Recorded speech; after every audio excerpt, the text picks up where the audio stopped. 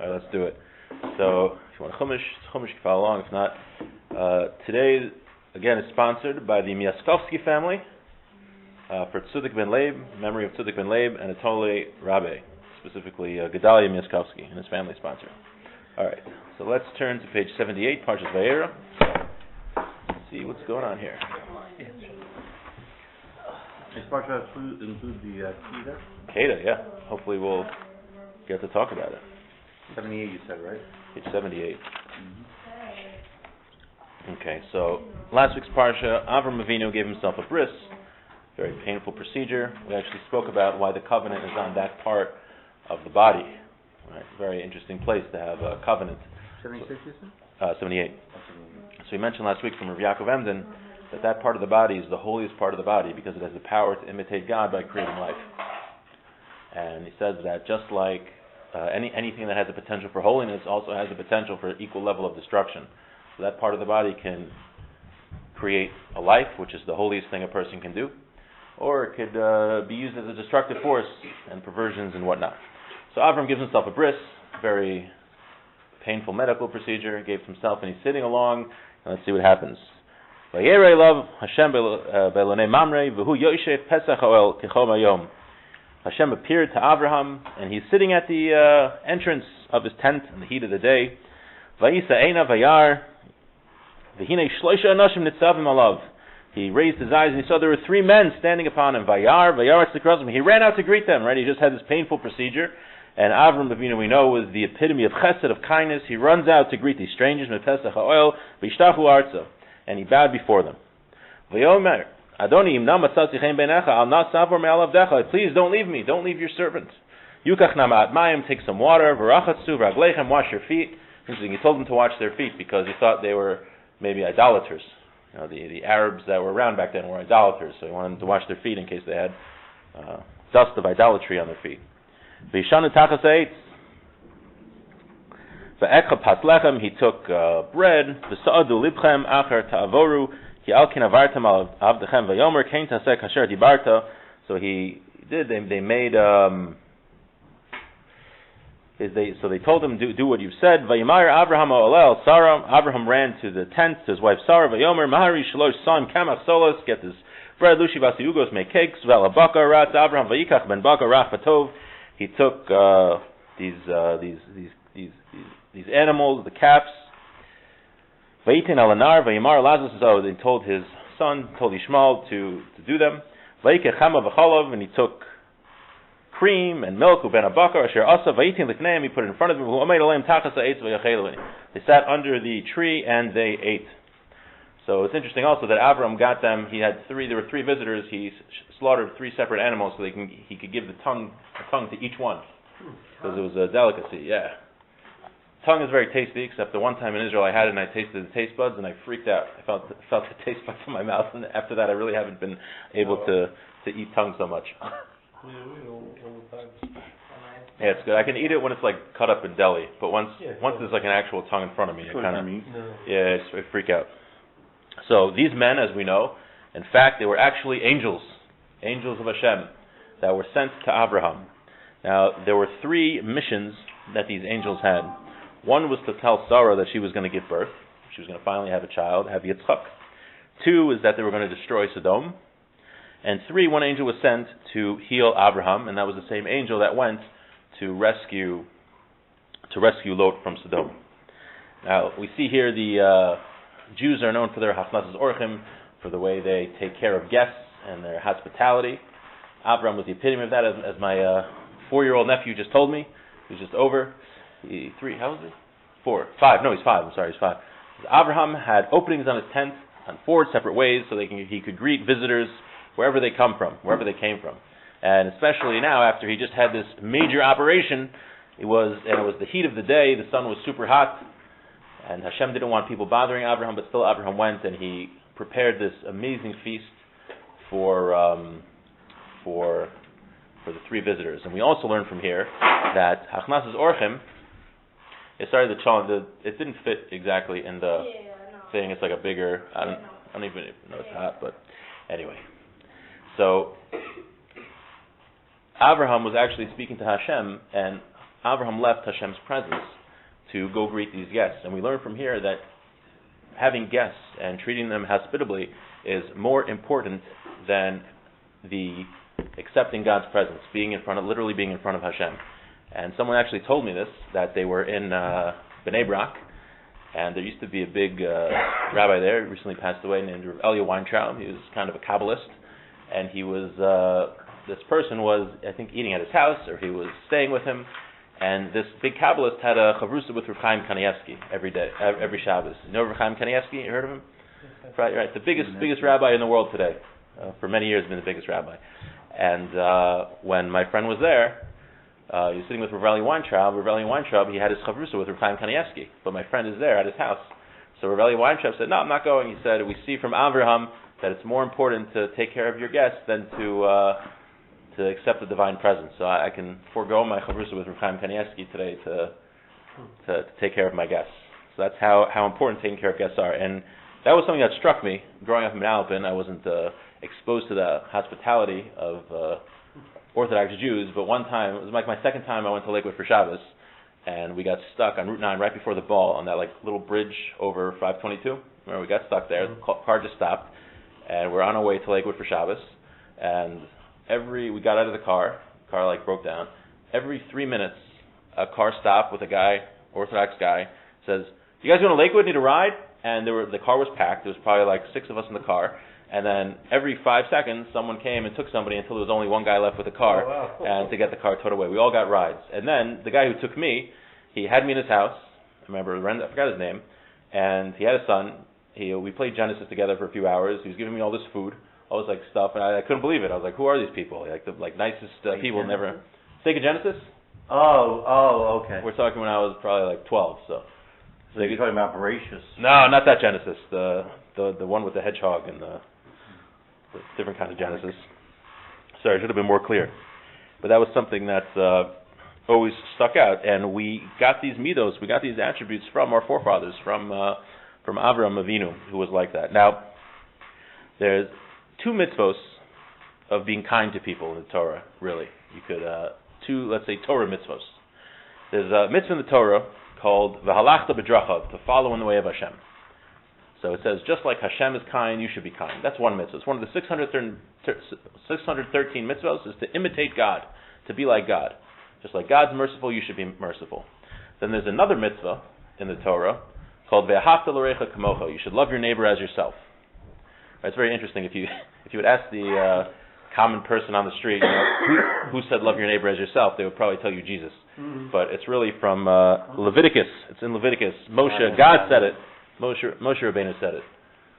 Something that was appropriated, cultural appropriation. That's what it is. So, someone asked this question. Rav Hutner.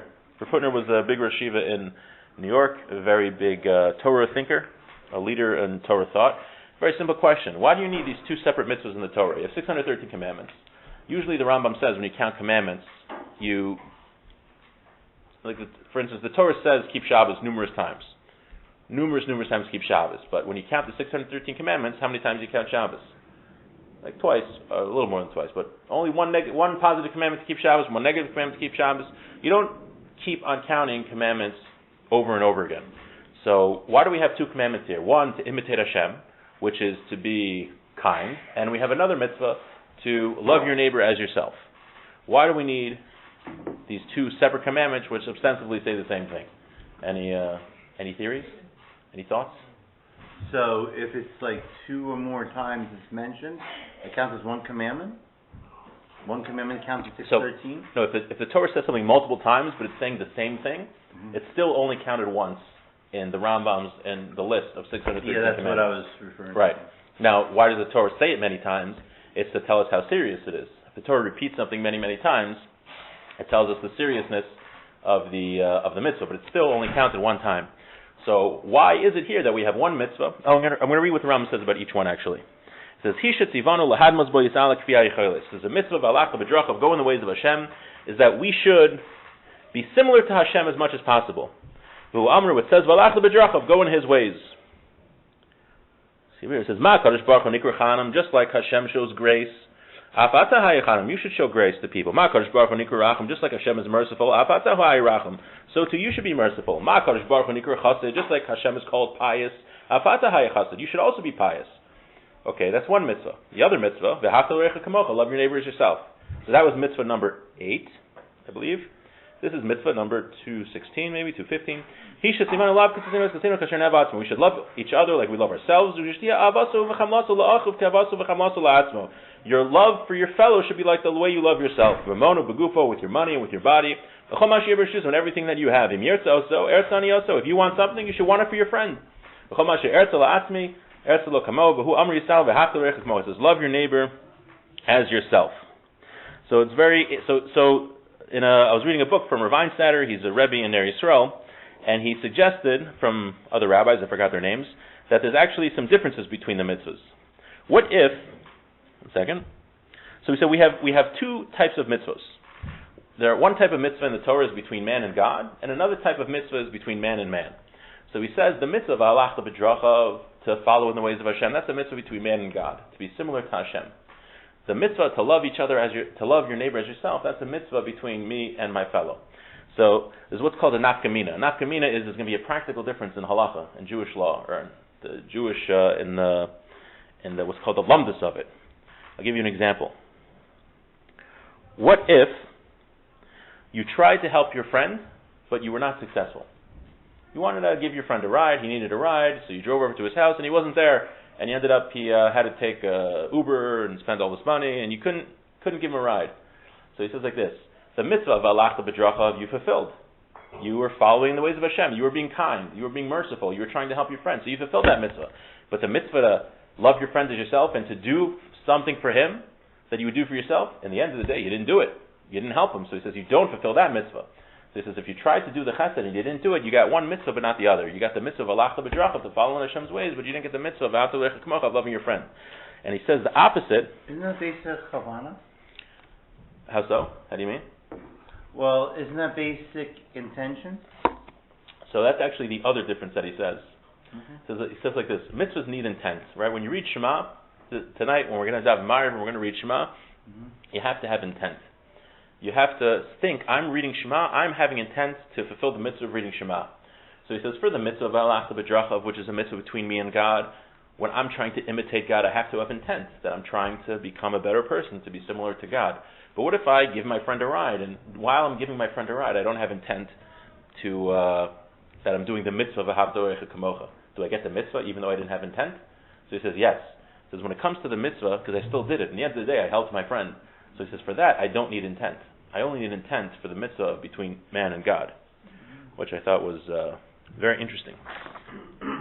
Okay, so you want to hear something shocking the Rambam says about this story with the angels coming to Abraham, and what happened? Tell me if you ever heard this opinion before. The Rambam writes in the Guide to the Perplexed that it was all a dream. It was all a prophecy. It's all a prophecy. That all these things happen of Avraham Avinu running to greet the angels, preparing them food, shechting 3 cows. That was all in a prophetic vision.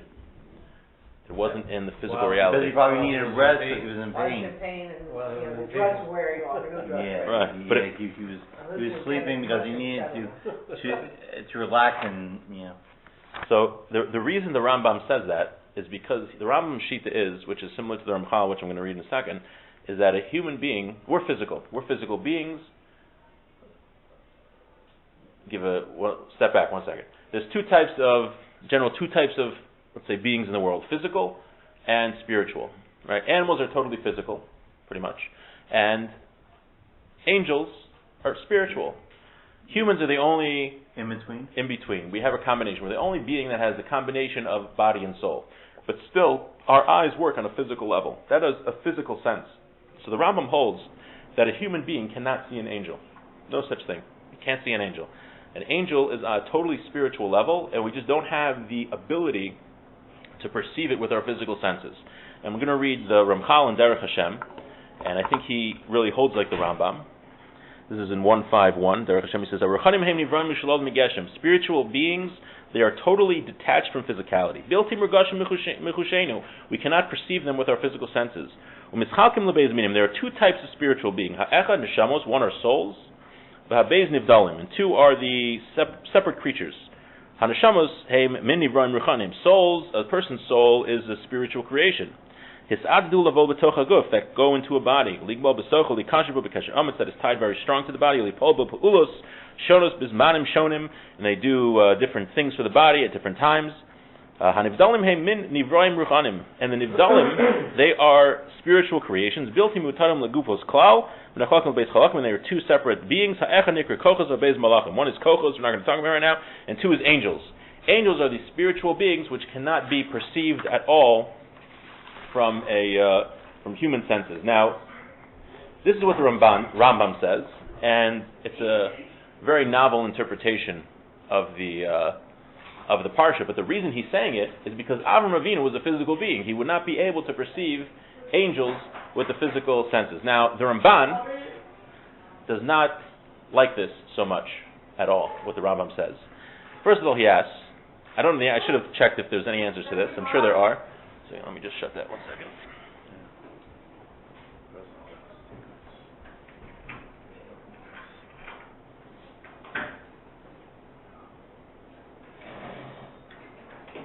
So the Ramban doesn't like that because he says one reason is what's happening later in the parsha. The angels are going to Sodom, and there's a whole thing with the people. The people want to kill the angels, and really it says they wanted to sodomize the angels. There were people, and they tried to kill them. And then the angels rescue Lot from Sodom. So he's like, the Ramban's like, this is just a vision? How did Lot get out of Sodom? Like, what's going on here? Like, something happened. This wasn't just a vision. This wasn't just a prophetic vision. So the Ramban says really human beings can see angels. So he says, when it comes, there's two ways an angel could appear. So if an angel is in his normal state, he says in order to see the angel in his normal state, you need something called Gilui Einayim. So there's something called prophecy. Prophecy means that a person is on a very high spiritual level where he's totally davak, he's extremely close to Hashem, and Hashem sends him spiritual messages. That's prophecy. That's what the Rambam was saying, that only through a prophecy you could see an angel. But the Ramban says there's a level lower than that called Gilui Einayim, which is a step down from prophecy, where a human being could perceive an angel. But he says sometimes angels appear as men, as human beings, and then another human being could see him, and they could interact with them. And it says a very holy person could actually tell that they're angels. Right? So there could be angels among us for all we know. So the Ramban totally rejects what the Rambam says. If you want to look it up, there's a long back and forth between the angels, between the Ramban and the Rambam. So obviously the Rambam's going to have an answer for that, but I just thought it was very interesting. You know, you read this parsha so many times, and the Rambam holds like this was all a prophetic vision. This was a prophecy. It wasn't just, when I said dream, it wasn't just like a dream, like you're, falling asleep and have like weird dreams. This was like, it was a prophetic vision. Like Hashem was sending him messages of the things that were happening. Okay, so let's skip to the end about the Akedah. One has to sacrifice. Avram is asked to sacrifice his son. So what was the big deal with the Akedah? There were 9 tests before this. Like they were serious tests, right? Avram gets up and says, "Lech lecha, go to a place I will show you. Leave your family, leave your country, and just like start walking. Start walking in the Mojave Desert or something." That sounds like a pretty tough test. He went down to Egypt, and Pharaoh tried to steal his wife, and he almost got killed. These seem like very serious issues. What was the Akedah? Why was that so much? Obviously, it's a very difficult test. He's asked to sacrifice his son, but what was so different about it that after the Akedah, Hashem says, "Ki ati yadati ki yara elokim ata." Now I know that you fear me. Right, what was the whole idea? So the issue with the Akedah is because Abraham, he had one goal in his life. That's what we talked about last week. It was that everywhere Abraham went, he said, "Vayikra b'shem Hashem." He called out in the name of Hashem. His whole purpose in life was to spread the idea that there is one God and that the purpose of life is to serve Hashem. And that's the goal in life. The goal in life is not to acquire money and wealth and to live for our own personal ego and goals and power and all of that and our taivas, but rather the purpose of life is to serve one God, and there's one God. Now, the way that Avram Avinu was going to be successful in his life's work, right? He's a very old man now. His entire life was dedicated to this mission. The only way that this mission would be successful was if he had a child who can continue on the mission. So now he's asked not only to sacrifice his son, but he's asked to give up his entire life's work. Everything that he stood for, everything that he wanted to accomplish, which were good things. He wanted to spread the idea of Hashem and the importance of serving Hashem.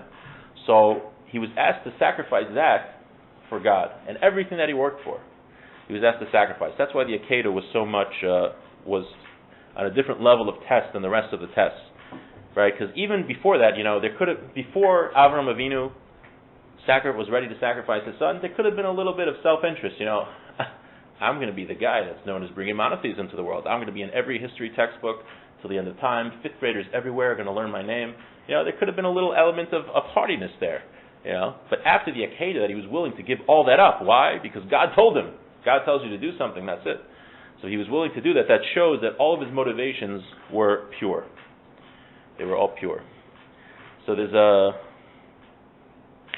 medrash that my Rosh Shiva says over very often, and it's very very deep about the Yetzer Hara, the evil inclination. It wasn't so even as once Avram Avinu decided to this one? I think so. I'll see. Once Avram Avinu decided to sacrifice his son, the Yetzer Hara still tried to stop him. And there's a medrash which describes the different arguments that the Yetzer Hara used to try to get Avram Avinu to not sacrifice Isaac. So it records the conversation. So the first thing the Yetzer Hara says to Avram, he says, "Are you crazy? Are you nuts? You had a son at 100 years old, and now you're going to kill him? Like, what are you thinking?" It seems like a rational argument. Avram Avinu says, "I don't care. I'm doing it anyway."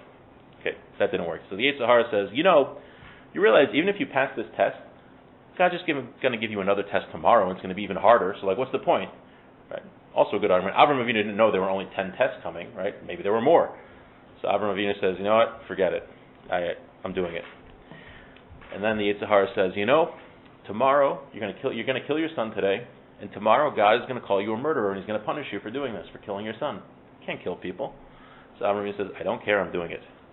So the Yetzer Hara saw that he's having no success with Avram, so he turns to Yitzchak. Yitzchak was 35 years old at the time. He wasn't a little kid. All right, he could have, ran away or taken Avram out if he had to. So the Yetzer Hara turns to Yitzchak and says, "All the ornaments that your mother made for you are going to go to Yishmael," meaning that everything that was supposed to go to you were supposed to be the continuation of your father's mission. That's going to go to Yishmael. Yishmael is a wild guy, right? He was kicked out of the house. It's called a para Adam, a wild man, or a wild ass of a man, as Mitsuda translates. So Yitzchak at that point got a little nervous, and he says, Father, what do I do?" So Avram Avinu says, "Don't listen to him." Avram says, "I'm going up there. I'm going to bring a lamb as a sacrifice, and if not, I'm going to sacrifice my son." And it says after that they walked up together to the Akedah. So what were these arguments that the Yetzer Hara used? So my Rosh Shiva explained, he goes through each one, how each argument the Yetzer Hara used for Avram is one that he uses for us in any challenge that we have, any spiritual challenge that we have. Yeah, I agree with you. So the first thing he said is that, "Are you crazy? God told you to sacrifice your son? Are you nuts? Did He really tell you that?" First thing the Yetzer Hara tells us is, come on, God really wants you to do that? Did you hear right? You heard that right? Meaning, every time someone asks a rabbi something, "Oh, did you ask the rabbi this way? You should have asked him that. Oh, you didn't. You left out this detail, so really it's different. Maybe God doesn't want me to do it in that place." Right? He puts doubt in our mind. That's the first thing the Yetzer Hara tries to do. He puts doubt in our mind. The second thing he says to Avram Avinu is, even if you pass this test today, He's going to give you another test tomorrow. The other thing the Yetzer Hara does to us is that keeping mitzvahs in the Torah is too hard. What's the point? Don't do it. It's just too hard. You can't do it. You're not going to succeed, right? You can't be a tzaddik. You can't never sin. So what's the point of doing everything, right? He puts this idea in our head, this irrational idea, which is a tumah, which is an impurity, that makes us think that we can't do mitzvahs. That's impossible, which is false. We can do mitzvahs, right? We always think that, if I can't keep the whole Torah, I shouldn't do anything, when it's really the opposite. I should be doing as much as I can. If I can't do it, whatever. If I can't do certain things, that's no reason not to keep what I can do, right? If I can't keep Shabbos the whole day, that doesn't mean I shouldn't keep Shabbos Friday night. Right? But the Yetzer Hara will tell us, no, you'll never be able to keep Shabbos. What's the point in trying? What's the point? Don't even try. That's what the Yetzer Hara does. Then the other thing he says is, you know what Hashem's going to tell you tomorrow? He's going to call you a murderer. So that's the other thing the Yetzer Hara does. He tries to convince us that a sin is really a mitzvah, and a mitzvah is really a sin. Right? He says, right, God told Abraham to sacrifice his son. But here the Yetzer Hara says, no, that's an Vayeira. Don't do that. You shouldn't be doing that. God doesn't really want you to do that. How many times do you think, really, I should do this sin now because it's going to help me later. I could do more mitzvahs if I do this one sin. We rationalize. We confuse what's really... Is the Yetzer Hara. What? It's true of Vayeira is the Yetzer Hara. Exactly, the Yetzer Hara. He's trying to sneaky. That's why we say the button and everything like that with Adam and Eve. Right. That's actually, these are the two of these is what the Satan used for Adam and Eve. By Adam and Eve, there was right. They gave him, but what did the snake tell Adam and Eve? One, he said.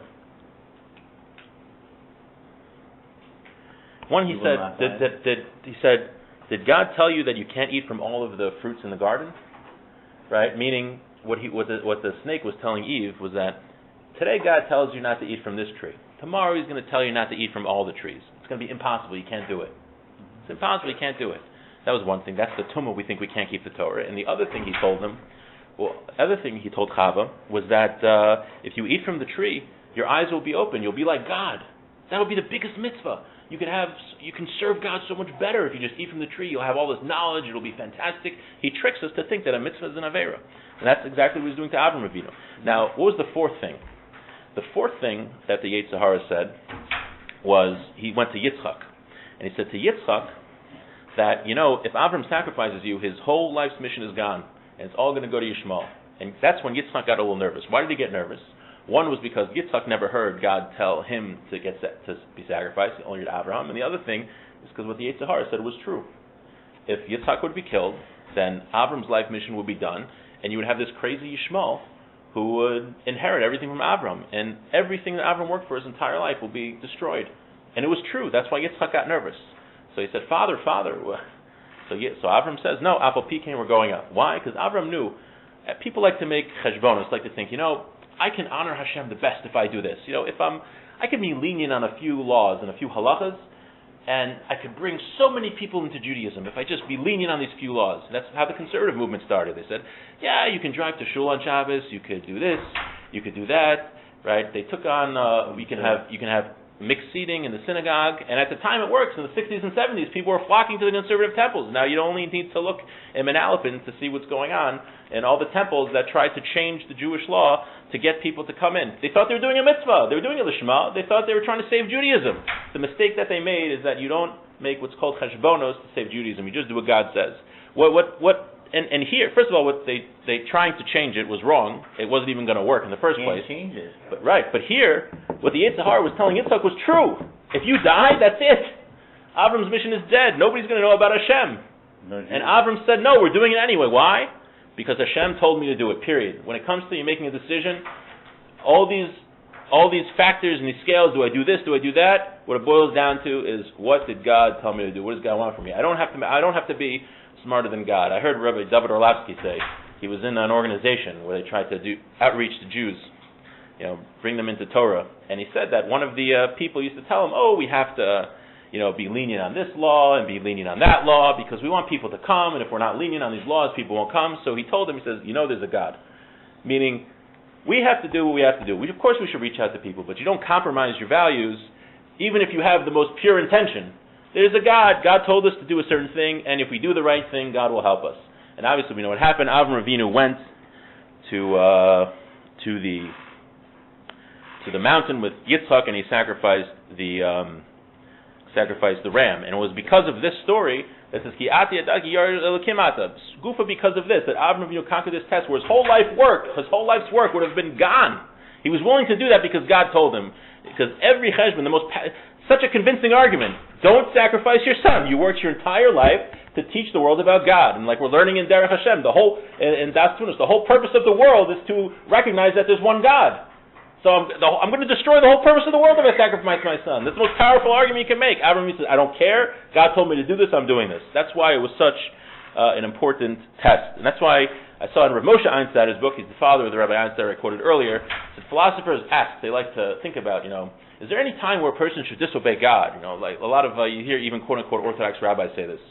I say quote-unquote Orthodox rabbis on purpose. They say, yes, Avram failed the test because he listened to Hashem, and he should have said no to God, which is totally absurd. To a Jew, the source of morality, it doesn't make sense to ask, is it ever a moral time to disobey God? To a Jew, the source of morality is what God says. Period. End of story. The will of God is the source of morality. And he writes that contemporary morality, whether it's euthanasia, abortion, suicide, he said, first of all, they change from generation to generation. What we consider moral or immoral wasn't moral or immoral then, and usually comes from feelings. Like we were talking about a few weeks ago in ancient Greece, it was very immoral to sacrifice your, if you had a baby girl and you didn't like girls, to throw in the garbage can, and that was considered totally morally acceptable, right?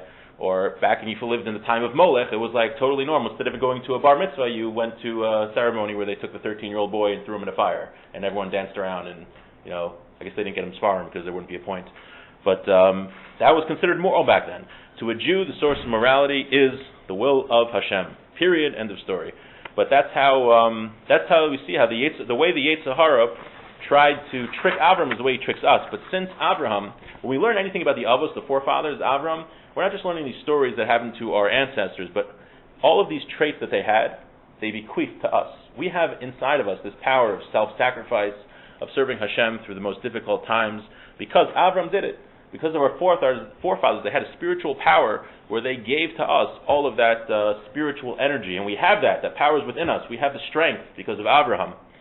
And we should all be zoche, we should merit to continue in our spiritual journey and pass any test that Hashem sends our way. I'm being tested right now. I'm very tired. Really? I feel like going to sleep.